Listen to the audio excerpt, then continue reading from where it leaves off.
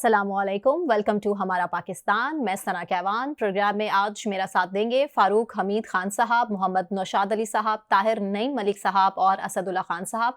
आप तमाम पैनलिस्ट का बहुत शुक्रिया। नाजरीन, प्रोग्राम का आगाज मियाँ मोहम्मद नवाज शरीफ के हीथ्रो एयरपोर्ट से शुरू होने वाले प्रोटोकॉल का ये सिलसिला अल अज़ीज़िया रेफरेंस में बरी होने तक जारी है। जारी इसलिए क्योंकि अभी तोशा खाना का जो फैसला है वो आना बाकी है। नवाज शरीफ को एक के बाद एक केस में क्लीन चिट मिलती जा रही है। पहले कहा गया कि नवाज शरीफ चोर है, उसने मुल्क का पैसा लूटा। अब उसी केस में नवाज शरीफ को बाइज्जत बरी भी किया जा रहा है। ये सूरत हाल है। नवाज शरीफ साहब जो 2001 में अल अज़ीज़िया स्टील मिल्स के मालिक बने और किस तरह से वहां जिलावतनी के दौर में सऊदी अरब में ये स्टील मिल्स अमल में लाई गई, उसकी मनी ट्रेल अभी तक तो अदालत में जमा नहीं हुई, कोई सबूत सामने नहीं आए सिवाय कतरी खत के। इस पर बात करेंगे। सबसे पहला सवाल मैं फारूक हमीद साहब आप ही के सामने रख देती हूँ। क्या केसेस उस वक्त सिर्फ मफरूजों पर बनाए गए थे, आपको लगता है? सिर्फ मफरूजों पर बनाए गए थे, आपको लगता है? बहुत शुक्रिया। देखिए, हम एक मफरूजों पर बहुत आपको ही लगता है? इंटरेस्टिंग दौर पाकिस्तान की अपना जुडिशियल हिस्ट्री में हम देख रहे हैं कि जिसमें वाकई आइडियल बुक के मुताबिक स्पीडी जस्टिस जो है हमें होते हुए नजर आ रही है। और पहले मैं खाली इस तरह की हमें कोई मिसाल नहीं मिलती। ये जो आपका सवाल का मैं डायरेक्ट जवाब ये दे दूं कि वो 10 वॉल्यूम जो थे ना जीआईटी के पनामा केस के बाद जो सारे जीआईटी ने बनाए थे, मैं समझता हूँ पाकिस्तान की तारीख में कभी ऐसी जीआईटी पहले नहीं बनी और ना उन्होंने इतनी मेहनत की। तो मैं सिर्फ ये कहूंगा कि मैं वो लफ्ज नहीं बोलना चाहता हूँ आपके प्रोग्राम में, लेकिन वो जो मरवत साहब हमेशा कहते हैं ना, ठीक है ना जी, वो तो ये हो गया। मैं समझता हूँ जीआईटी को भी वही हो गया। ठीक है ना, जीआईटी वो हो गई। एक ये बात। दूसरी बात ये है कि मुझे आज भी याद है कि जब इस केस की हियरिंग हो रही थी चंद साल पहले 2017 में, तो ऑनरेबल जजेस साहब ने एक सवाल पूछा था। उन्होंने कहा कि जी ये जो अल अज़ीज़िया और हिल मेटल और ये सारे मामला फैक्ट्री जो थे वहां पे, बल्कि उस दिन शायद मैं सुप्रीम कोर्ट की हियरिंग में बैठा हुआ था खुद इस्लामाबाद में, तो सवाल किया गया कि भाई ये जो पैसा गया था सऊदी अरेबिया, ये कोई ऊंटों पे रख के बोरियों में गया था, ऊंटों के जरिए गया था ये पैसा। मुझे आज भी याद है। लेकिन बहरहाल having said that, good luck to Nawaz Sharif साहब। बल्कि आज तो मेरा ख्याल है वो शाम को खबर भी आ गई कि 7 मिनट का वो था फैसला महदूद और 7 मिनट के बाद महफूज फैसला जो कर दिया गया और वो बरी हो गई। So good luck to him. मैं समझता हूँ इससे ज्यादा स्पीडी महफूज फैसले पे स्पीडी ऐलान जो है हमने पहले कभी नहीं देखा और उम्मीद करते हैं कि हमारी अदलिया जो है वो यही अपना जो स्पीड है वो जो है वो कायम रखेगी और बाकी जो केसेस चल रहे हैं उनमें भी इसी तरह स्पीडी जस्टिस होगी।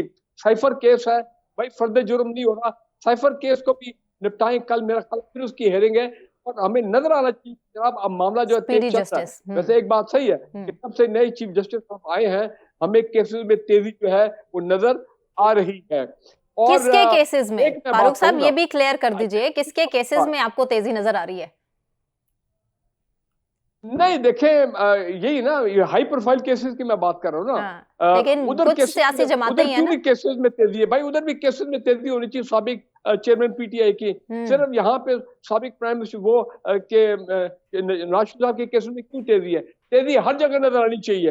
और इम्पोर्टेंट चीज जो मैं आपको कहना चाह रहा हूँ कि हमारे अदलिया अगर इतना स्पीडी जस्टिस पे अब काम कर रही है तो खुदारा मॉडल टाउन का केस जो सुप्रीम कोर्ट के साबिक चीफ जस्टिस साकिब निसार ने भी इशू किया था कि इसको 3-4 महीने मुकम्मल किया जाए 5 से 4 साल पहले, उसकी भी हेयरिंग होनी चाहिए। उस पर भी सुप्रीम कोर्ट जो है वो बुलाए, तब तक पूछे कि आपने सुप्रीम कोर्ट के हुक्म पे क्यों इतनी देरी कर दी, क्यों इतने साल गुजर गए। तो देखें अब वक्त आ गया, फिर कहूंगा ये दौर है स्पीडी जस्टिस का। हम स्पीडी जस्टिस देखना भी चाहते होते हुए और उसका रिजल्ट भी हम देखना चाहते हैं। नौशाद साहब आपसे मेरा, क्या वाकई नवाज शरीफ को 2018 के इलेक्शन से दूर रखने के लिए सजाएं सुनाई गई? ये आपको आज की समात से भी पता चल रहा होगा, एवन फील्ड वाली समात से भी आपको अंदाजा हुआ होगा कि समाअत के दौरान ये चीज सामने आई कि ये सारे के सारे जो केसेस बनाए गए थे ये मफरूजों पर मबनी थे। आप अंदाजा कीजिए, अभी हमारे दोस्त जो है वो बड़ी जबरदस्त जेआईटी की बात कर रहे थे, वो जो हीरे वाजिद जिया साहब की बात कर रहे थे और उन जेआईटी की बात कर रहे थे, पता नहीं कहां से इकट्ठे करके लाए गए थे। उनकी हालत ये है कि उन्होंने ये कहा कि जनाब जो मैं ये जो 9 वॉल्यूम लिख रहा हूं, इन वॉल्यूम्स में कहीं पर ये ताल्लुक तो साबित नहीं हुआ, लेकिन चूंकि सुप्रीम कोर्ट ने कहा है तो हम इसलिए रेफरेंस फाइल कर रहे हैं। दिलचस्प बात यह है, मुझे नहीं पता कि फारूक साहब ने वो जेआईटी पढ़ी है या नहीं पढ़ी, मैंने उसको लफ्ज ब लफ्ज पढ़ा है, उस पूरी जेआईटी की रिपोर्ट को।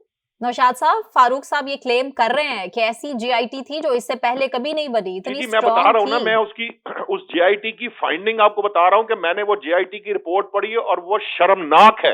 अच्छा। शर्मनाक जिसको बोलते हैं, शर्म आनी चाहिए ऐसी जेआईटी और ऐसी जेआईटी की रिपोर्ट बनाने वालों को, और उनको भी शर्म आनी चाहिए जिन्होंने इसके ऊपर फैसले दिए। आप यकीन कीजिए, पूरी जेआईटी में किसी एक जगह प्रॉपरली इल्जाम फिक्स नहीं किया गया। पूरी जेआईटी की रिपोर्ट में लिखा गया इट मे नॉट, हो सकता है, पॉसिबिलिटी है, ढूंढने पे पता चलेगा, कुछ हो सकता है, शायद कहीं हुआ हो। ये उस जेआईटी की लैंग्वेज की टोन है। पूरी लैंग्वेज, पूरी जेआईटी की रिपोर्ट को अगर आप पढ़ें, उसके वो मां सिवाय एक फजूलियात के पलंदे के और कुछ भी नहीं था। अब मामला ये है, लेकिन नौशाद साहब मनी ट्रेल की भी तो बात करें ना, सबूतों की भी तो बात करें, पैसा कहां से आया उसके बारे में बता दें। मनी ट्रेल की भी बात करते हैं। असल में ये सारी की सारी बुनियाद ही गलत है। अच्छा। असल मामला ये है, ये जिस मनी ट्रेल की बात की जा रही है वो मनी ट्रेल नवाज शरीफ की नहीं थी। वो पूछा जाना चाहिए था कि वो जो हुसैन नवाज जो उसकी मलकियत रखते हैं, उनके पास पैसा कहां से आया। ये सिर्फ और सिर्फ पॉलिटिकल इंजीनियरिंग थी नवाज शरीफ को 2018 के इंतखाबात से बाहर रखने के लिए। इसके अलावा उनका कोई ताल्लुक नहीं बनता था। ये जो बातें हैं, जितने मफरूजे कायम किए गए थे, जितनी बातें बताई गई थी, और ये क्या, ये तो जिन्होंने सजाएं दी हैं वो जजेस माफिया मांगते फिरते थे। ये तो सबको पता है। हमने नहीं देखा 2018 का इंतखाब कैसे हुआ, हमें नहीं पता 120 सीटें कैसे बनवाई गई टीवी चैनलों से। जब 68 सीटों का रिजल्ट नहीं आया था तो टीवी चैनल्स पे दबाव था, मैं खुद बर्दाश्त करता रहा हूं। मुझे एक एक चीज का पता है, मेरे सामने हुआ है सारा कुछ। मैंने नहीं देखा कि सरीना से फैसले कैसे निकले, सरीना से फैसले जो है वो अदालतों तक कैसे पहुंचे। वो जजेस जो वो देने को तैयार नहीं थे सजाएं को, जो चीज प्रे ही नहीं की गई, जो चीज अदालत से जिस पे सजा मांगी नहीं गई, उन चीजों पे सजा दे दी गई। ये अजीबो गरीब मामला था। इसको इस बात को छोड़ दीजिए, इस बहस में पढ़ने का कोई फायदा नहीं होगा। पॉइंट आपका क्लियर है नौशाद साहब, मुझे असदुल्ला साहब से सवाल करने दीजिए। असदुल्ला साहब, मुझे सिर्फ ये बता दीजिएगा, उस टाइम पर नवाज शरीफ के खिलाफ ये जो केसेस बने वो मफरूजों पर मबनी, आज इमरान खान के खिलाफ जो केसेस हैं, 200 से ज्यादा मुकदमात हैं, उनमें कितनी हकीकत है? देखिए, आज की जो डेवलपमेंट है उसको अगर हम दो पहलू हैं इसके। एक तो वही सवाल है जो आप कर रही हैं कि केसेस सही बने थे या नहीं बने थे, और दूसरा है कि आज जिस अंदाज में बरियत हुई है वो उस पर क्या कहा जा सकता है। देखें, अभी आज 7 मिनट तक ये फैसला महफूज रहा और 7 मिनट के बाद सुना दिया गया। हेयरिंग हुई, दो हेयरिंग्स में, तकरीबन दो हेयरिंग्स में या 2, 2.5, 3 हेयरिंग्स में एक रेफरेंस जो है वो फारिग हुआ है, अपील कबूल की गई है। अब सवाल ये पैदा होता है कि एक और दरखास्त थी इसी इस्लामाबाद हाई कोर्ट में, तहरीक इंसाफ ने वो दरखास्त दी थी और कहा था कि हुमायूं दिलावर साहब ने हमें हक समाअत नहीं दिया। वो दरखास्त समाअत के लिए फिक्स नहीं हुई कि हुमायूं दिलावर साहब ने फैसला सुना दिया। वो फैसला सुना दिया गया, उसके बाद फिर जमानत का मामला आया, वो जमानत का केस लग गया, वो हक समाअत वाली दरखास्त अभी तक समाअत के लिए फिक्स नहीं हुई। वो उस पर जमानत हो चुकी है और केस जो है वो चल रहा है, ट्रायल शुरू हो गया, लेकिन अभी तक वो दरखास्त के हमें हक समाअत नहीं दिया गया। ये इस्लामाबाद हाईकोर्ट में अभी तक वो दरखास्त फिक्स नहीं हुई, महीनों हो गए। लेकिन दूसरी तरफ आज ये जो इतने बड़े बड़े रेफरेंसेस हैं, ये 2-2 समाअतों में फारिग हो रहे हैं। अब सवाल बुनियादी तौर पर नैब से पूछना चाहिए कि नैब की क्या कारकर्दगी है। उस जमाने में नैब ने अदालतों से सजाएं दिलवा दी, आज नैब ने हाथ खड़े कर दिए और कह दिया, मंजूर कर लिया कि हाँ जी, ये तो जो दस्तावेजात हैं वो तो फोटोकॉपीज पर मुश्तमिल है, वो दस्तावेजात तो हमारे पास मौजूद ही नहीं है। लेकिन एवन फील्ड में रेफरेंस के खत्म हो जाने से, वापस लेने से या बरियत हो जाने से चंद अहम सवाल खत्म नहीं हो जाते। मसलन ये आज तक हमें मालूम नहीं है कि ये अपार्टमेंट्स कब खरीदे गए, वो पैसे कहां से आए, उसका ऑनर कौन है, एवन फील्ड अपार्टमेंट्स किसकी मिल्कियत है, बेनिफिशियल ऑनर उसका कौन है। ये 1992-93 में खरीदे गए थे या 2006 में खरीदे गए थे? अगर 2006 में खरीदे गए थे तो 92-93 में वो किसके थे जहां पर मियां साहबान जाया करते थे?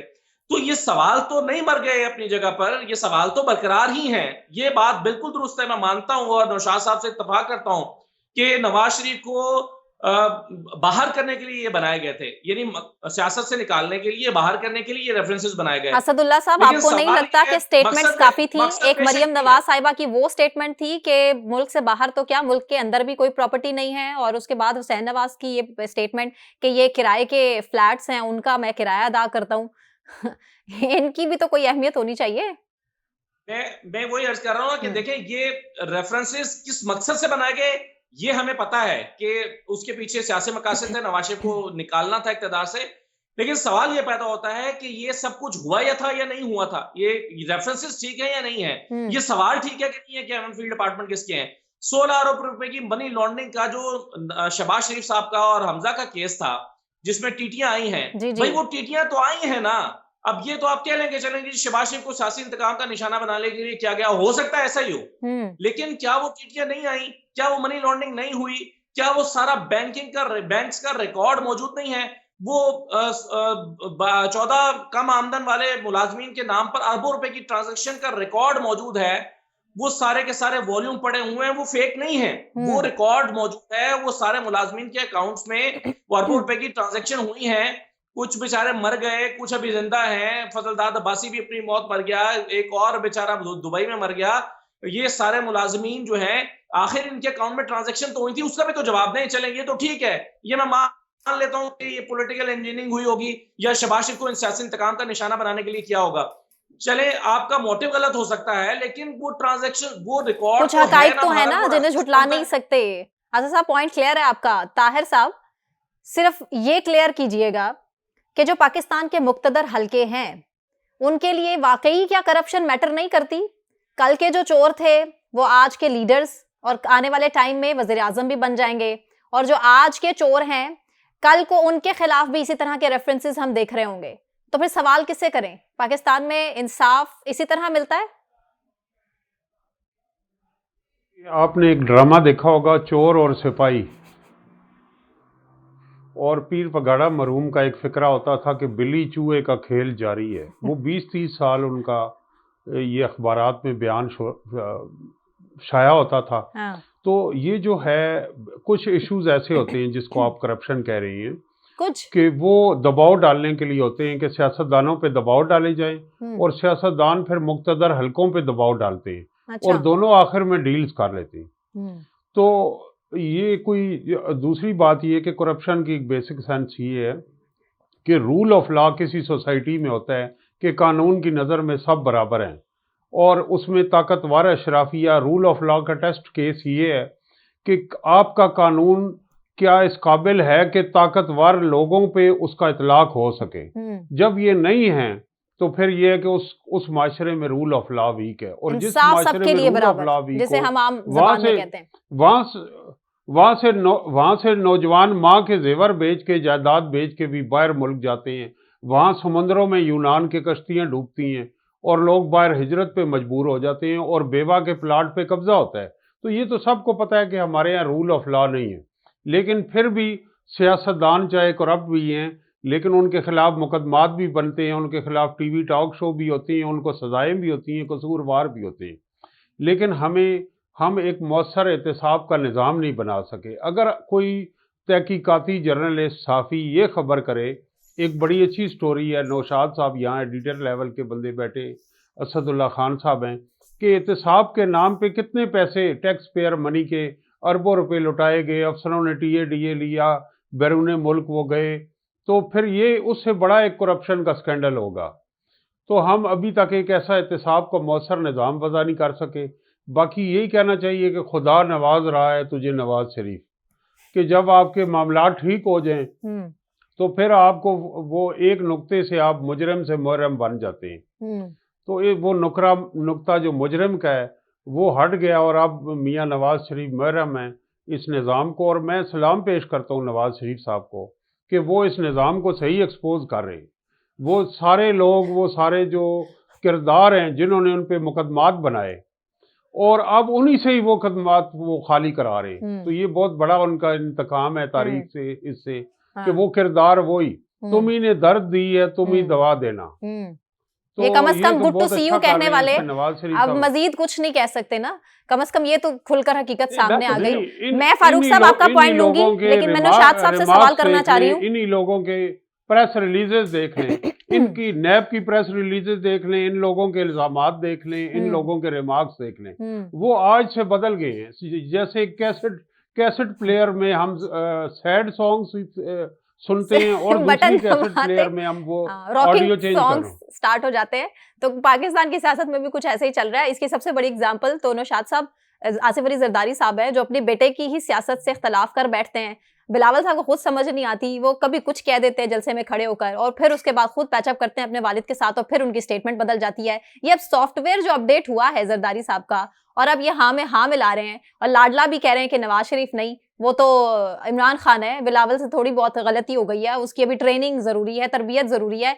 ये जरदारी साहब किस डगर पर चल पड़े हैं? अनवार साहब का इंटरव्यू नहीं सुना आपने? सुना है, उसी के हवाले से मैं बात कर रही हूँ। बड़ी हैरान उनके इंटरव्यू के बाद। मैंने तो कहा था ना कि अगर बिलावल साहब नहीं कभी धीमी थी, कभी ऊंची थी, समझेंगे नहीं तो वो फिर कहेंगे पिक्चर अभी बाकी है दोस्त, तो वो फिर पिक्चर मजीद पिक्चर दिखाई जाएगी। मामला देखिए, मैं दो बातें जरूर करना चाहूंगा। साहब ने अभी एक बात कही है, ये बात दुरुस्त है कि टीटियां जो है ना वो आती रही हैं इस मुल्क के अंदर। अच्छा, टीटियां सिर्फ शहबाज शरीफ की या हमजा शहबाज की या किसी और की नहीं आई। जिस जमाने की ये गुफ्तगू फरमा रहे हैं, ये जिस जमाने की ये टीटियां निकाली जाती है ना, उस जमाने के अंदर टीटियां ही आया करती थी। ठीक है, असल में मामला ये है कि जब प्रूडेंशियल रेगुलेशन पाकिस्तान में की गई, उसके बाद आपके बैंकिंग सेक्टर के अंदर कुछ चीजों में तब्दीली आई और उसके बाद आपका कोई फॉर्मल सेक्टर डेवलप होना शुरू हुआ। उससे पहले पाकिस्तान में होंडी के जरिए कारोबार, ये जो फारूक साहब ने कहा ना ऊंटों के जरिए गए, फारूक साहब को अब ये बताना चाहिए कि अब ये नैब बताए कि ऊंटों के जरिए गए थे या हवा में गए थे या वो गुम हो गए थे या वो क्या अलादीन का चिराग था, वो क्या होता है, वो सलमानी टोपी पहन के गए थे। ये सारी बातें उस वक्त भी की जाती थी। मसला ये नहीं है, मसला ये है हमें केस बनाने से पहले उसके जो मेरिट्स और डीमेरिट्स फाइनलाइज करने होते हैं। हमारे यहाँ दो बदकिस्मतियां हुई हैं। एक बदकिस्मती ये है कि हमारे यहाँ अदलिया को या मुकदमात को गुज़िश्ता कई दहाइयों से सियासी इंजीनियरिंग के लिए इस्तेमाल किया जा रहा है, अदलिया को भी और इस लॉ को भी और इसके मामलात को। दूसरा मसला ये हुआ है कि हम मेरिट और डीमेरिट के फैसला किए बगैर जब हम केसेस बनाते हैं और मफरूजों पे बेस करते हैं, तो अल्टीमेटली उसका नतीजा ये निकलता है कि उससे उन मुकदमात से यू टर्न लेने पड़ते हैं। नैब आज जवाब देने की पोजीशन में नहीं है। उस वक्त सवाल नहीं किया गया, आज सवाल कर दिया गया। जब सवाल कर दिया गया, चूंकि जवाब उस वक्त भी नहीं था, आज भी नहीं है, लेकिन अब चूंकि जवाब नहीं है, अब सवाल करने वाले ने उस जवाब ना पाकर उनको बरी कर दिया। मामला ये है, ये जो चीजें हैं ये इस तरह आगे नहीं बढ़ेंगी। हम बार बार ये बात कहते हैं, कहीं तो फुल स्टॉप लगेगा, कहीं से तो कुछ इसको चेंज फुल होगा। स्टॉप लगाना चाहिए। ये अगर फर्ज करें आज इमरान खान साहब जी, फारूक साहब राव अनवार साहब के जो इंकशाफात हैं उस पर भी थोड़ी रोशनी डालें। इतने मैं कहती हूँ कि इतने धड़ल्ले से इस तरह के इंकशाफात बिला किसी खौफो खतर, खुद इन्वॉल्व थे वो करप्शन में, किस तरह से मावराए अदालत कत्ल किए उन्होंने, कोई उनको टेंशन नहीं। क्विकली, राव अनवार साहब ने जो पहला कल अपना तहलका खेज इंटरव्यू किया, इंकशाफात किए हैं, हाँ जी, मेरा ख्याल है वो पीपल्स पार्टी टॉप लीडरशिप है, जारी बात है, they must be very very upset about it. उससे तो नाम लेके गए हैं सारे, बीबी असैसिनेशन पर सवालात उठा दिए तो आगे राव अनवार साहब के। और हमेशा माजी में कहा जाता था कि ये अपना जो टॉप फैमिली है उनके बहुत क्लोज रहे हैं, ये अपने मुख्तलिफ मामलात में ऑब्वियसली रॉन्ग थिंग जिसको बोलते हैं, तो फिर पता नहीं हालात क्या होंगे। लेकिन मैं तो इंतजार कर रहा हूँ उस दिन का जब उज़ैर बलोच अगर वो आ गया मैदान में और उसने इंकशाफात करने शुरू कर दिए। मैं तो आइडिया पेश कर रहा हूँ मीडिया के ऊपर, कुछ सुन लेगा तो कहीं अमल ही ना हो जाए। मैं तो वैसे ही आइडिया पेश कर रहा हूँ।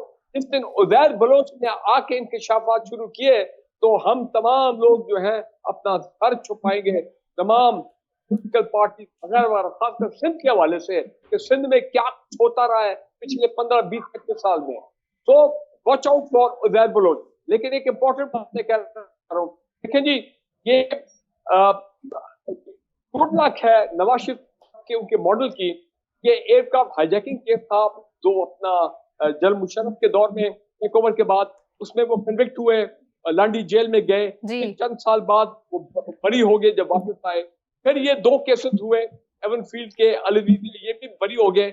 अब इंटरेस्टिंग डेवलपमेंट क्या हुई है, वो कानून जो नया है उसके तहत वो पनामा केस की जो डिस्क्वालिफिकेशन है लाइफ टर्म, उसको तो वो अब अपील नहीं कर सकते जो पीछे कोर्ट के फैसले आए हैं सुप्रीम कोर्ट के। तो लिहाजा जो खबर ये है चीफ जस्टिस साहब के इलेक्शन के कानून में जो अमेंडमेंट है वो तो है जनाब 5 साल की डिस्क्वालिफिकेशन, और जहां तक वो अपना सुप्रीम कोर्ट का फैसला आया था पनामा में वो है लाइफ लॉन्ग। तो ठीक। उसने नोटिस लिया है। जी मैं समझता हूँ कि अपील किए बगैर अब नवाज शरीफ साहब उस केस को ज्वाइन कर सकते हैं, ये मेरी अपनी सोच है। सही। और उनको मैं उम्मीद करता हूँ कि उनको इसमें भी अच्छा रास्ता जो है वो मिल जाएगा। ठीक है फारूक साहब, पॉइंट आपका क्लियर है। मुझे ब्रेक अनाउंस करना है क्विकली, और ब्रेक से वापस आने के बाद हम केस डिस्कस करेंगे। हमारे साथ रहिए, विल बी राइट बैक।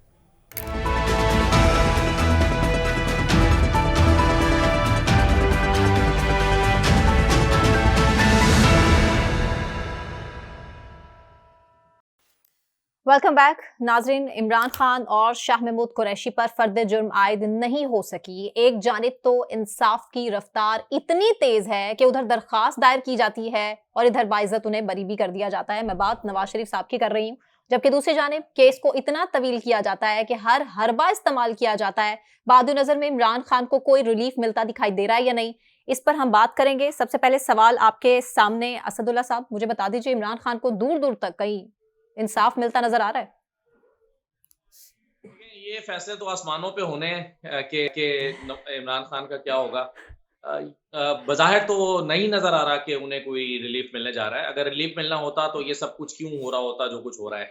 अब आप देखें तारीख में पहली मर्तबा ऐसा है कि इलेक्शन कमीशन के 4 मेंबरान भी कल जाएंगे जेल में, और जेल में जाकर तौहीने इलेक्शन कमीशन की फर्द जुर्म आयद करेंगे या फर्द जुर्म आयद करने के लिए वहां पर जा रहे हैं। तो ये पहली मर्तबा तारीख में हो रहा है। तो हम बहुत कुछ पहली दफा देख रहे हैं। इलेक्शन कमीशन आज तक, इलेक्शन कमीशन कोई बाकायदा अदालत नहीं है, ट्रायल भी नहीं कर सकती, लेकिन इसके बावजूद वो जेल जा रहे हैं। तो हम देख रहे हैं कि एक के बाद दूसरा केस, दूसरे के बाद तीसरा केस, उसकी तरतीब बड़ी दिलचस्प है।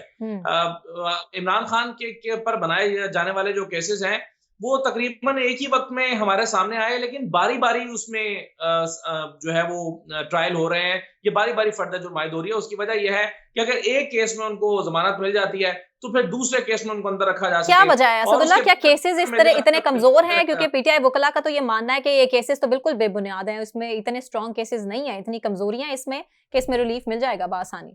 तो क्या वजह क्या है कि एक के बाद एक इस तरह से तलवार लटकाई जा रही है? हमने हुमायूं दिलावर साहब की अदालत में देखा तोशाखाना के मामले में जिस तरह से, जिस तेजी के साथ, जितनी जल्दी के साथ उनको सजा सुनाई गई थी, उसमें गवाहान को भी सुना नहीं गया। इतने सुकुम मौजूद है उसके कि वो किसी अदालत में जाकर ठहर नहीं सकता। वो उसमें इतनी ज्यादा कमजोरियां और खामियां मौजूद हैं कि गवाहान को सुना नहीं गया, हक समाअत दिया नहीं गया, वकील को सुना नहीं गया। वकील मौके पर पहुंच गए और उनको कहा गया आप 15 मिनट लेट हैं, हम आपको नहीं सुन सकते। सुने बगैर फैसला दे दिया गया। ऐसा कहीं कहीं होता है किसी अदालत में? तो ये सब कुछ हुआ है। और ये अब आप ये कह रहे हैं कि वकला को ये उम्मीद है कि कुछ नहीं होगा, तो वकला तो पूरी उम्मीद है ही, लेकिन अदालतों के फैसले वकला ने नहीं करने। मैंने जैसा कि कहा कि ये फैसले आसमानों पर होने हैं, और आसमान पर जो तकदीर लिख दी गई है वो तकदीर जो वो होकर रहेगा। हमारे यहाँ इसी तरह से अनफॉर्चुनेटली पाकिस्तान में सियासत चलती है। आप ये देखिए क्यों ये तय किया जाता है कि इस मर्तबा इसको ये इस पर क्रॉस लग गया है, कांटा लगा दिया है, और ये इस मर्तबा इस पर टिक लगा दिया है। जिस पर टिक होता है उसके सारे रास्ते खुलते चले जाते हैं, और जिस पर क्रॉस लगता है उसके सारे रास्ते बंद होते चले जाते हैं। ये तमाशा पाकिस्तान में कब तक जारी रहेगा, कब तक होता रहेगा? हमने क्या सीखा है अपनी माजी की चीजों से? 2018 में हम मानते हैं ना कि जी नवाज शरीफ साहब के साथ जाती हुई और नवाज शरीफ को हुकूमत नहीं बनाने दी गई, और उनके मुकाबले में इमरान खान को सपोर्ट किया गया, खड़ा किया गया, को बड़ा बुरी तरीके से नुकसान पहुंचाया गया। अगर 2018 में नवाज शरीफ जीत जाते तो 2023 में इलेक्शन होते तो इमरान खान जीत जाते, और अगर 2022 में इमरान खान की हुकूमत ना खत्म होती तो आज इलेक्शन हो चुके होते और नवाज शरीफ हुकूमत बना चुके होते, या उनकी जमात की हुकूमत बन गई होती। तो अगर यही होना है बारी बारी, तो इसको नेचुरल तरीके से क्यों नहीं होने दिया जाता? क्यों कहीं पर कोई बैठ के फैसला करता है कि इस मर्तबा किसके लिए हवा बनानी है, किसके लिए जमात नए ग्रुप्स तश्कील देने हैं, किसके लिए इत्तेहाद बनाने हैं, कौन किसके कहने पर जो है वो किस पार्टी में जाएगा? कौन किस पर दबाव डालकर पार्टियों में शामिल कराना है, नई जमातें बनेंगी या पुरानी उसमें दम हो जाएगी, ये सारे फैसले कहीं पर पेपर पर बैठकर क्यों होते हैं, ये सियासी जमातें अपने तौर पर क्यों नहीं कर रही होती।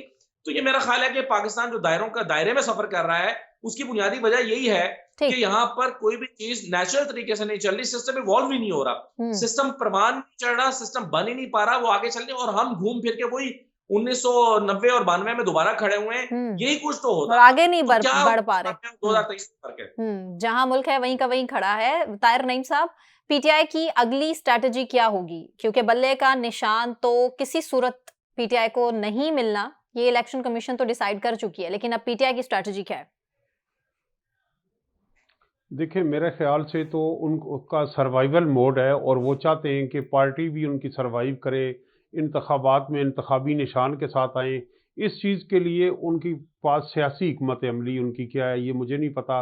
एक दो चीज़ें आई हैं कि जो बात कही जा रही थी कि या वो बहन के हवाले पार्टी करेंगे या अपनी अहलिया बुशरा बीबी के हवाले करेंगे। उन्होंने एक अच्छा डिसीजन लिया और अपने जो वकील हैं बैरिस्टर गौहर अली खान, जिनका ताल्लुक KPK से है, उनके हवाले पार्टी की। और जैसे कि उनका इरादा भी नज़र आता है कि वो मुख्तलिफ हलकों में हम सुन रहे एस्टैब्लिशमेंट के हैं कि करीब हैं। नौजवानों को और जो वकला हैं उनको वो टिकट देंगे। तो ये है कि इस वक्त जो उनसे माजी की गलतियां हुई हैं, जो सियासत उन्हें बंद गली में ले गई है माजी, वो पार्लियामेंट से इस्तीफे देने की बात हो, वो सूबाई हुकूमतों सूबाई असम्बलियों से इस्तीफा देने की बात हो, वो असम्बली हुकूमत बरतरफ करने की बात हो, तो वो एक सियासी स्ट्रगल का उनके पास सियासी और आइनी जो स्ट्रगल है उसके ज़राए मौजूद हैं। लेकिन जो चीज़ अभी तक तशवीशनाक है वो ये है कि इमरान खान साहब का डेमोक्रेटिक फेथ नहीं है। वो अब भी कहते हैं कि मैं किसी के साथ बैठने को तैयार नहीं हूँ, किसी के साथ बातचीत को करने को तैयार नहीं हूँ, और वो इससे कबल भी रियासत और रियासत के इदारों पर दबाव डाल के इलेक्शन करवाना चाहते थे। तो पाकिस्तान के में इन चीज़ों के लिए बड़ी जदोजहद की गई है। उनके पास रेलेवेंट फोरम थे, उनके पास रेलेवेंट ज़राए थे, लेकिन उन्होंने वो इस्तेमाल नहीं किए और उनकी पॉलिटिकल टीम भी जो थी वो इतनी मैच्योर नहीं थी। अच्छा, अब भी सियासत एक लंबा खेल होता है, एक इलेक्शन नहीं दूसरे की बात होगी, तो वो उनको इस वक्त पार्टी भी अपनी बचानी है, अपनी सियासत भी बचानी है और मुल्क को आगे लेके जाना है। और ये जो तकसीम है ये भी असदुल्ला खान साहब ठीक कह रहे थे कि ये दुरुस्त नहीं है और इस तकसीम को भी कम करने के लिए अपना किरदार अदा करना है। इन्हीं सियासी जमातों ने एक मेज पर आकर मुज़ाकरात करने हैं, तो मुल्क की मईशत को आगे लेकर चलना है और फिर मुल्क की बेहतरी का सोचना है। लेकिन ये एक आइडियल सिचुएशन है, लेकिन पता नहीं कौन आगे हाथ बढ़ाएगा। नौशाद साहब, उस वक्त 2018 में नून लीग ये कह रही है, आज भी क्लेम कर रहे हैं, उस टाइम भी क्लेम कर रहे थे कि झूठे केसेस बनाए गए थे सियासी इंतकाम की वजह से। आज पीटीआई भी ये कह रही है, तो फिर इसका मतलब मान लेना चाहिए। बात यह है कि ये बात दुरुस्त है। मैं वैसे भी इस चीज का कायल हूं कि अगर राव अनवर साहब जिस वक्त वो अपनी जिसे कहते हैं ना कि पोस्टिंग पर मौजूद थे और उनको कोई एनॉमली होती नजर आई, उस वक्त अगर वो नहीं बोले, उस वक्त उन्होंने लंदन में अपनी प्रॉपर्टीज बनाई थी ना, दुबई में भी है उनकी प्रॉपर्टीज, पाकिस्तान में तो ढेरों हैं। हाँ जी, तो फिर जब इस तरह के जो किरदार होते हैं जो वक्त पर नहीं बात करते, वो तमाम अथॉरिटीज, वो तमाम इदारे, वो तमाम इदारों से ताल्लुक रखने वाले वो अफराद जो वक्त पड़ने पर निकलते हैं ना बाहर, मेरी नजर में उनकी बात की कोई राय नहीं होनी चाहिए।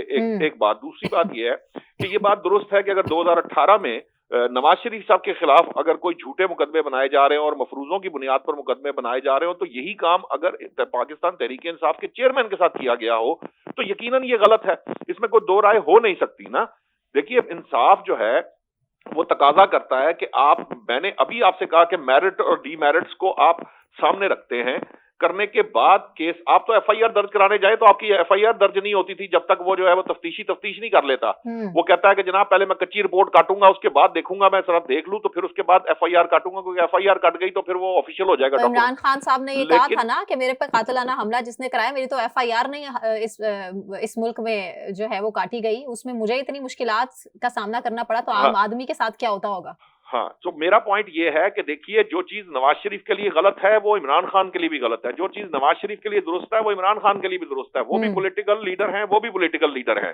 यही बात पीपल्स पार्टी के लिए भी है। अच्छा। असल मामला सिर्फ इतना है कि देखिए, जो काम आपने कल गलत किया और आज फिर वही आप दोहरा रहे हैं, तो फिर ये जो दायरों की सफर की बात हुई थी, इसका मकसद ही ये है कि आप कुछ सीख नहीं रहे। अगर आप कुछ सीख नहीं रहे तो आप आगे बढ़ नहीं सकते।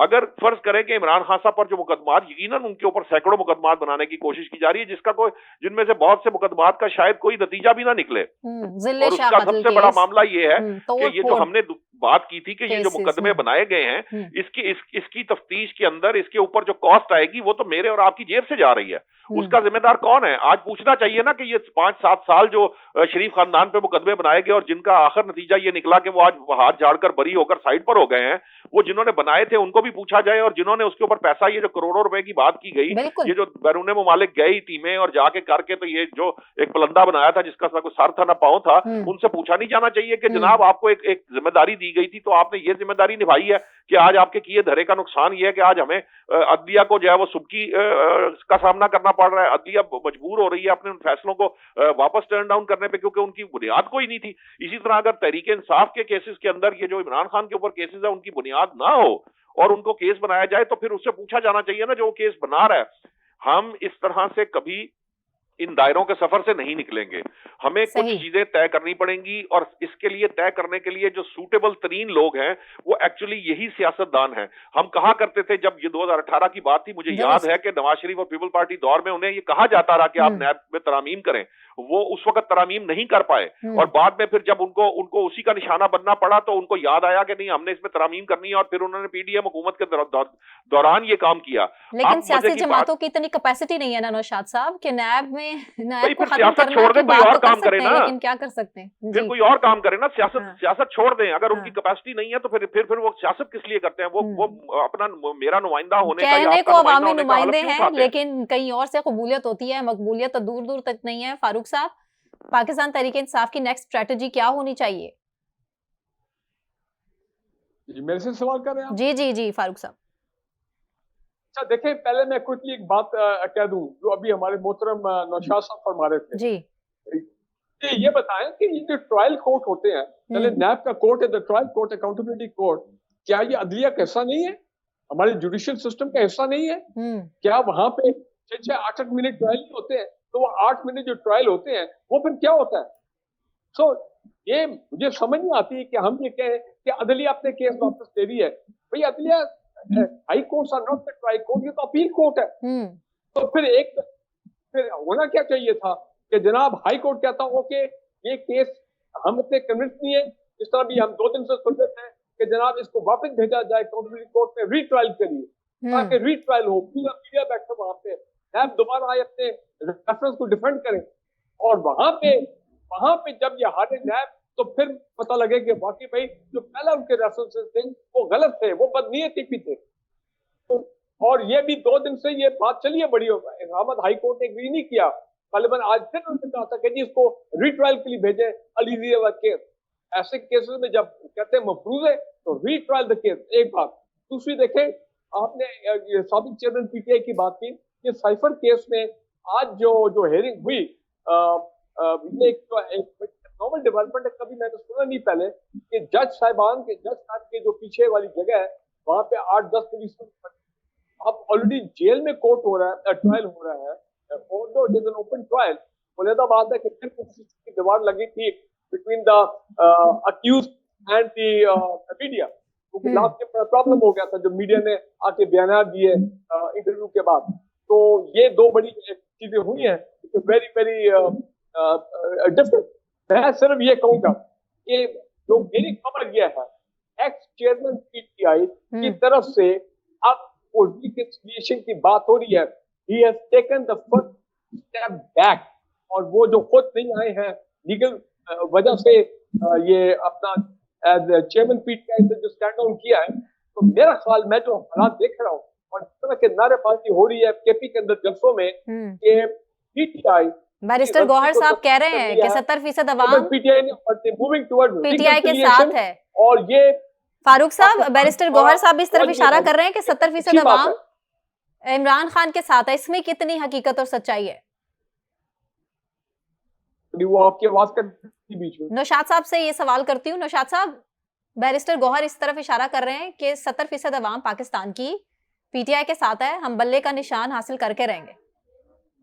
तो अगर आप पीपल्स पार्टी से पूछेंगे वो कहेंगे 100% है, और अगर नवाज शरीफ साहब से पूछ लेंगे वो 200% पे चले जाएंगे, यानी जो अवाम है ही नहीं वो भी उनके साथ है। नहीं, बिलावल साहब तो कह रहे हैं कि अगला वजीर आजम मैं जो खलाई मखलूक है वो भी उनके साथ है। पार्टी के पास आएगी, ये कह रहा हूँ ना, तो वो यही बात है ना, वो खलाई मखलूक को भी गिन लेंगे तो 200% हो जाएगी। बात ये नहीं है, ये तो एक दावे हैं। देखिए बात सिर्फ सिंपल सी है, मकबूलियत का पैमाना ये है कि आप साफ और शफाफ इंतखाबात करवाएं, अवाम उसके अंदर जो फैसला सुनाएगी वो सबके सामने आएगा। 2018 में जो नून लीग के जो भी वोट थे, या पाकिस्तान तहरीक इंसाफ के जो भी वोट थे, या किसी दूसरी दीगर सियासी जमात के वोट थे, सिर्फ अकेले पीटीआई के पास तो 70-80% वोट नहीं थे ना, वो बाकी जमातों के पास भी तो वोट थे। वोट हमेशा जो है वो किसी एक जमात के साथ नहीं होता, या सारे का सारा वोट किसी एक जमात को नहीं लग पड़ जाता। ना ही ये कहा जा सकता कि किसी इतनी बड़ी तादाद किसी जमात के साथ हो। सिर्फ ये है, ये तो दावे ही होते हैं, दावे किए जाते हैं। हर पार्टी जो है वो ये दावा करेगी। बिलावल साहब भी वजारत उज़्मा का मजा चखना चाहते हैं, नवाज शरीफ चौथी बार उसको एंजॉय करना चाहते हैं। पीटीआई चेयरमैन की ख्वाहिश, जो एक्स चेयरमैन है उनकी ख्वाहिश होगी कि वो जेल में बैठे बैठे वजीर आजम बन जाए। ये ख्वाहिशात हैं, ये हर बंदे की ख्वाहिश भी है। सियासी जमात इसी मकसद के लिए काम करती है, तमाम सियासी जमातें चाहती हैं। आप वो एमकेएम से भी पूछेंगे तो वो भी कोशिश करेंगे, लेकिन जी ये है कि मुल्क में आपके शफाफ इंतखाबात हों, और जो वोटर की राय है वो सामने आए, तो आपको पता चल जाएगा कि यहाँ तो इंतखाबात इस टाइम समझ नहीं आ रही होने या नहीं। शफाफ की बात तो बिल्कुल होने, आप फिर यही बात कर रही हैं, बिल्कुल होने इंतखाबात। आपको पता है ना, मैं आपके साथ हूँ, मैं आपके साथ हूँ नौशाद साहब, बिल्कुल। सुप्रीम कोर्ट ने कहा हुआ है इंतखाबात होने हैं, इसके अलावा कोई गुफ्तगू नहीं करेंगे। और साथ में ये भी कहा है कि आप अपनी बेगम से जाके कर सकते हैं, तो मैं तो कर सकती हूँ ना, क्योंकि मेरी तो कोई बेगम नहीं है। ठीक है, ब्रेक अनाउंस करना है। ब्रेक से वापस आने के बाद साबिक वज़ीर आज़म जुल्फ़िकार अली भुट्टो के सदारती रेफरेंस के हवाले से हमारे साथ रहिए।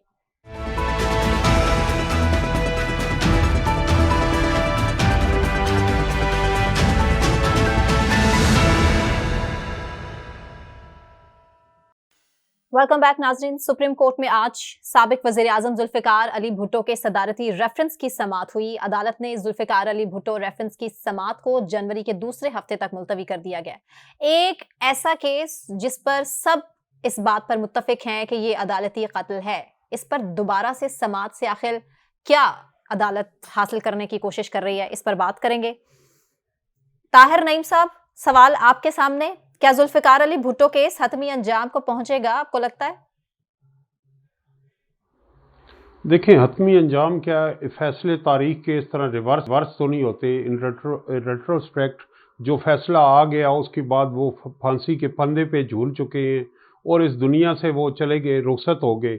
लेकिन जुल्फ़िकार अली भुट्टो का कत्ल इंसाफ का कत्ल था, इस मुल्क में जमहूरियत का कत्ल था, और इस मुल्क में आम आदमी की, मजदूर और किसान की आवाज़ का कत्ल था, मेहनतकश का कत्ल था, रोशन ख्याल तरक्की पसंद अवाम का कत्ल था। तो उस कत्ल को जुल्फ़िकार अली भुट्टो को इसी इंसाफ के निज़ाम ने फांसी के पंदे पे चढ़ाया। जो थे हमारा राइट विंग, वो सड़कों पे था, मजहबी तबका, और वो भुट्टो की जान के दर पे था, और जो आमरीत के शिकंजे थे उनके ज़रिए कसा गया। प्रेस में एक मुहिम उनके खिलाफ चलाई गई, और बैरूनी ताकतें भी उसमें इन्वॉल्व थी। अब लेकिन ये है कि जिस तरह माशरे को आगे बढ़ने के लिए करेक्टिव मेजर की ज़रूरत है। बरतानिया में भी जमहूरियत तब मजबूत हुई जब क्रॉमवेल की कब्र का ट्रायल हुआ, और उसके बाद नसीहत हुई। तो अगर आज अदलिया के पास एक मौका है कि वो एक दाग को धो सकती है, जो अदलिया के रोशन चेहरे पे, उनके माथे पे एक दाग है, तो उनके लिए सर्फ एक्सेल है, उन्हें घबराने की ज़रूरत नहीं, वो इस दाग को धो सकते हैं। सिर्फ ये है कि जब एक आम परसेप्शन है कि हमारे यहाँ इंसाफ नहीं, रोज़ इंसाफ कत्ल हो जिस मुल्क में, रोज़ जिस मुल्क में हमारे अदलिया भी आज़ाद हो, रेमंड डेविस भी आज़ाद हो, तो वहाँ एक फैसले से क्या हो जाएगा। झूठे मुकदमात भी बने, लोगों बेकसूरों को सजाएं भी हों, और रिलीफ भी मिल जाए लोगों को बैठे बिठाए, तो वहाँ एक फैसले के साथ ये भी हो कि इंसाफ का कत्ल ना हो, एक ऐसी बस्ती हो कि जहाँ इंसाफ से कातिल बड़ा ना हो। सही। ऐसी बस्ती में फिर रूल ऑफ लॉ हो सकता है। नौशाद साहब, ये अदालती कत्ल है, इस पर दोबारा से समाज से आखिर क्या आसिफ अली जरदारी साहब, बिलावल साहब निकालना चाह रहे हैं, क्या हासिल क्या करने की कोशिश की जा रही है? मलिक साहब ने आपको बड़ी तफसील से ये बात बता दी कि ये बात दुरुस्त है कि जब तक कब्रों के ट्रायल ना हो, आप अपनी गलतियों की निशानदही ना करें। आप गलतियों को आप डायग्नोज करते हैं ना, जब तक किसी बीमारी का जब तक डायग्नोस्टिक ठीक नहीं होता, उसका ट्रीटमेंट नहीं हो सकता। हम अगर ये सोचेंगे कि हम सिर्फ मट्टी डालकर आगे निकलते जाएं, तो अल्टीमेटली फिर वही हम उसी जगह खड़े होंगे जहां से हम शुरू हुए थे। इस केस का अगर फर्ज करें ये होता, अभी तो वैसे अदालत में जो सवालात उठाए गए हैं उसमें भी बड़ा मामला जो है वो अजीबो गरीब है कि अगर ये जो जिसके बारे में बात की जा रही कि जो चीज तय हो जाए, यानी केस तय हो चुका हो और उसको छेड़ा ही नहीं जा सकता उस सारे मामले को, तो उस सूरत में क्या हालात होंगे। बहरहाल ये सुप्रीम कोर्ट का लार्जर बेंच है, 9 रुकनी, वो तय करेगा। अच्छी बात यह है कि बराह रास्त इसकी जो है वो समाअत देख सकेंगे लोग, और उनको ऐसा पता चलेगा कि क्या क्या जो एनॉमलीज थी उस वक्त सामने आई, या उस वक्त कौन सी गलत चीजें थी जिनकी बुनियाद पे फैसला दिया गया, और गलत फैसला कैसे दिया गया और क्या क्यों दिया गया। मामला सिर्फ ये है कि जब तक आप अपनी गलतियों की निशानदही नहीं करेंगे, उनकी तस्हीह की गुंजाइश नहीं होती। और ये जो करेक्टिव मेजर्स की बात की है मलिक साहब ने, ये 100% ट्रू है। देखिए, यूनाइटेड स्टेट्स ऑफ अमेरिका का कानून जो सीक्रेट कानून का 30 साल बाद आपके जो मुल्क के सीक्रेट है वो भी बाहर निकाल देते हैं। उसका मकसद ये नहीं होता कि आप वक्त वापस ला सकते हैं, वक्त कभी वापस नहीं आता। जो हो चुका बाज़ औक़ात उसकी रेपरकेशंस भी खत्म हो चुके होते हैं, लेकिन वो जो कुछ आपने किया है उसको एक दफा परखा जाना जरूरी होता है कि जो 30 साल पहले आप कर रहे थे, क्या वो उस वक्त के बारूजी हालात के मुताबिक से वो जो भी मेजर्स लिए गए थे वो करेक्टिव थे कि नहीं थे, और अगर नहीं थे तो उनको कैसे करेक्ट किया जाना है, ताकि आइंदा का जो मुस्तकबिल का लाया अमल है, मुस्तकबिल का जो तरीकेकार है, उसको दुरुस्त किया जा सके, दोबारा वो गलती ना दोहराई जाए। बिल्कुल ठीक, पॉइंट क्लियर है आपका नौशाद साहब। असद साहब, मुझे सिर्फ सवाल का जवाब दीजिएगा इस सवाल का कि इस केस से स्पेसिफिकली आसिफ अली जरदारी साहब, बिलावल साहब सियासी फायदा उठाने की कोशिश कर रहे हैं?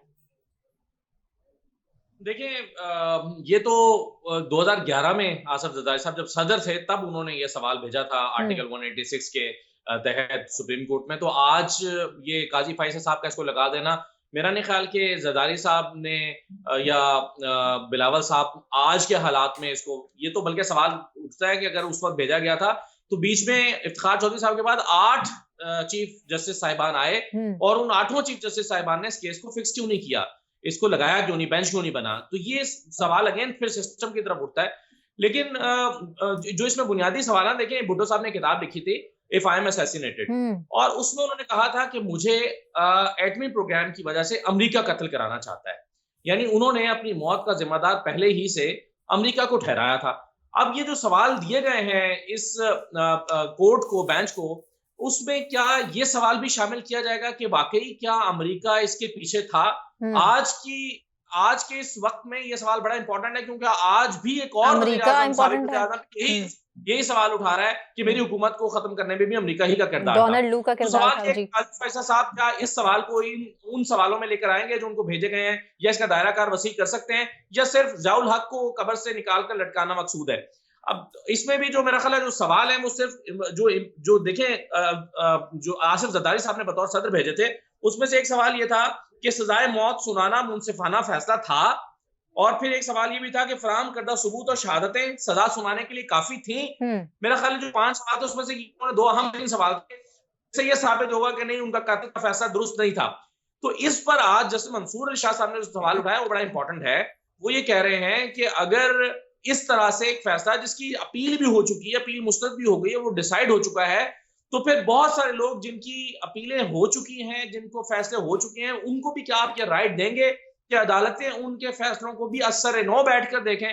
अगरचे चले एक आम आदमी और वज़ीर आज़म में फर्क हो सकता है, लेकिन अदालत की और इंसाफ की नजर में तो सब बराबर होते हैं। तो मंसूर अली शाह साहब ने तो अपने ओपिनियन आज अपने रिमार्क्स की सूरत में दिया है। तो ये 2011 से लेकर अब मेरा ख्याल है 12-13 साल हो गए, 12-13 साल के बाद ये खुला है। तो देखिए ये कैसे कंक्लूड होता है और क्या वाकई ये रास्ता खुलता है कि नहीं खुलता। मगर मेरा नहीं ख्याल कि इससे कोई सियासी तौर पर इतना इम्पैक्ट आएगा बिलावल साहब के ऊपर, क्योंकि एक राय पहले से मौजूद है कि ये कत्ल जो है वो एक या ये जो था इसके सियासी मुहर्रिकात थे, जो भुट्टो साहब को लटकाना या सजा देना, फांसी देना, इसके सियासी मुहर्रिकात थे और सियासी मुहर्रिकात की वजह से हुआ। तो ये जी, और इसको किसी हद तक जो है वो जज साहब ने तस्लीम भी कर लिया हुआ है, एक इंटरव्यू में आज उसका रेफरेंस भी दिया गया। तो तारीख का दुरुस्त होना तो जरूरी है, बिल्कुल है, लेकिन इसमें बहरहाल कानूनी कुछ ऐसे पहलू हैं जो मंसूर अली शाह साहब ने उठाए हैं और शायद आगे चलकर भी इसमें हम सवाल उठते हुए देखेंगे। तो ये कानूनी नुक्ते अपनी जगह पर है, लेकिन बहरहाल तारीख का दुरुस्त होना ये भी अपनी जगह पे अहम है। बिल्कुल ठीक। फारूक हमीद साहब, क्या जुल्फिकार अली भुट्टो के सिर्फ अंजाम को पहुंचेगा? एक बात आपकी इजाजत ताहिर साहब, वेरी क्विक एक बात रिस्पांस, कहना टाइम चाहूंगा। Is very short, please very quick quick response. Response देना चाहूंगा कि असदुल्ला खान साहब की गुफ्तगू ठीक है, सिर्फ वो ये भूल गए कि वो जो जज थे उन्होंने आमरीयत के सामने पीसीओ पे हल्फ उठाया। उस अदलिया ने जिसने जुल्फकार अली भुट्टो को फांसी दी, वो पहले जनरल ज़ियाउल हक की आमरीयत के सामने सजदा रेज हुए, आइन को मुअत्तल करने को दुरुस्त फैसला करार दिया। उस अदलिया को हम आजाद अदलिया बना के कौम के सामने पेश नहीं कर सकते। ठीक, फारूक साहब। बिल्कुल सही है, वो नहीं है, आजाद अदलिया कहाँ थी जी, वो तो अदालती कत्ल था। देखिए जी, इस केस की इंपॉर्टेंट चीज ये है कि वैसे तो पीपल्स के पता नहीं 2012 में जब ये रेफरेंस भेजा प्रेसिडेंट जरदारी ने, तो ये पिछले 10 साल में उन्होंने किस को फॉलो किया सुप्रीम कोर्ट में कि जनाब इस केस को लगाया जाए। इन प्रिंसिपल मैंने हमेशा इस रेफरेंस को सपोर्ट किया है। उसकी वजह यह है कि देखें इस केस में क्योंकि फकत मैंने बिल्कुल इसको माइक्रो फॉलो किया था, जबकि पूरा केस पाकिस्तान में चल रहा था, सब लोग फॉलो कर रहे थे कि अगर किसी स्टेज के ऊपर ये एक को ऐसे शवाहिद मिल जाते हैं तो फिर जस्टिस बेशक उनको फांसी दे दी गई दुनिया में नहीं है, लेकिन द करेक्शन ऑफ जस्टिस ठीक डन। ठीक, फारूक साहब, पॉइंट आपका भी क्लियर है। बिल्कुल ठीक, बहुत शुक्रिया फारूक हमीद खान साहब, असद खान साहब आपका, और मोहम्मद नौशाद अली साहब आपका बहुत शुक्रिया, ताहिर नईम साहब आपका, तमाम पैनलिस्ट का बहुत शुक्रिया। मुझे सना कहवान को इजाजत दीजिए, अपना बहुत ख्याल रखिए, अल्लाह हाफिज़।